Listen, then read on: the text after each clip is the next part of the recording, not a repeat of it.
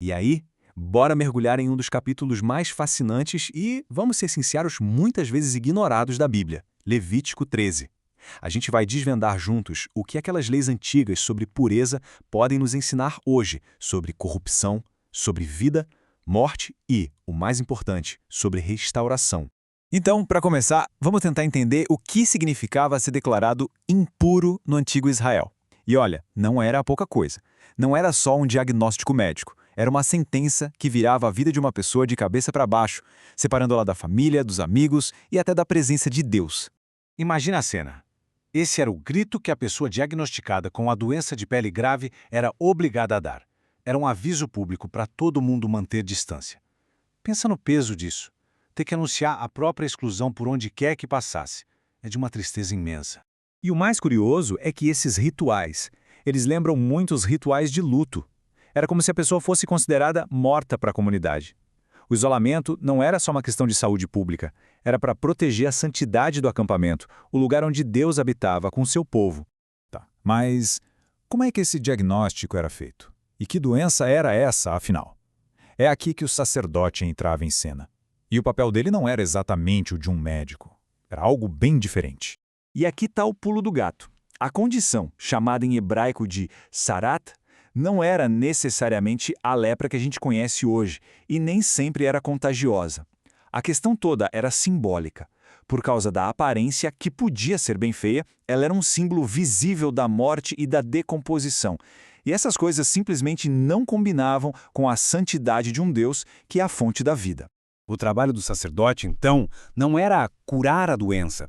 A função dele era determinar a pureza ritual. Ele era o guardião da santidade da comunidade, garantindo que nada que representasse a morte e a corrupção manchasse o lugar onde a presença de Deus estava. E veja só como o processo era cuidadoso. Não era uma decisão tomada de qualquer jeito. Tinha essa quarentena de 2 semanas para ter certeza do diagnóstico. Afinal de contas, a vida social e espiritual de uma pessoa estava em jogo, e o sistema levava isso muito a sério. Mas a gente precisa entender que isso tudo ia muito além de higiene ou de doenças de pele. Essas leis tinham um significado simbólico gigantesco sobre vida, morte e santidade. E a forma como Israel via isso era bem diferente dos seus vizinhos.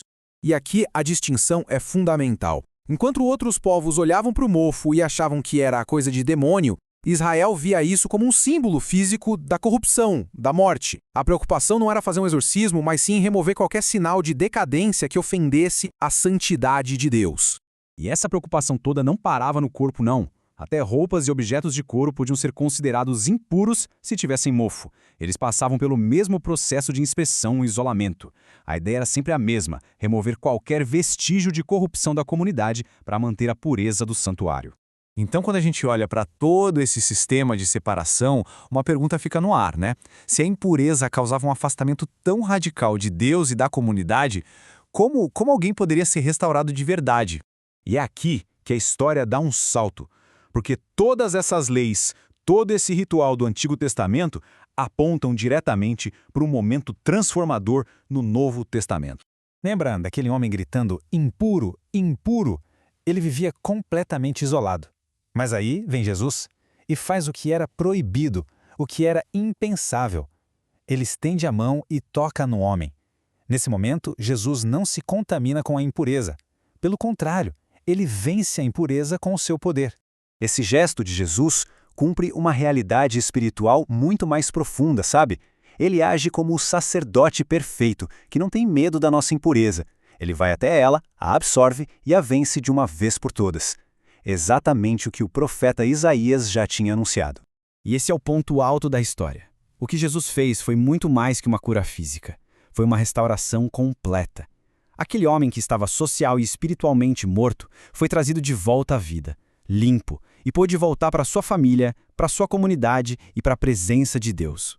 Certo, mas e hoje? O que essas leis tão antigas têm a ver com a nossa vida? Como é que a gente pode traduzir esses princípios para a nossa realidade que não envolve mais doenças de pele e mofo em tecidos?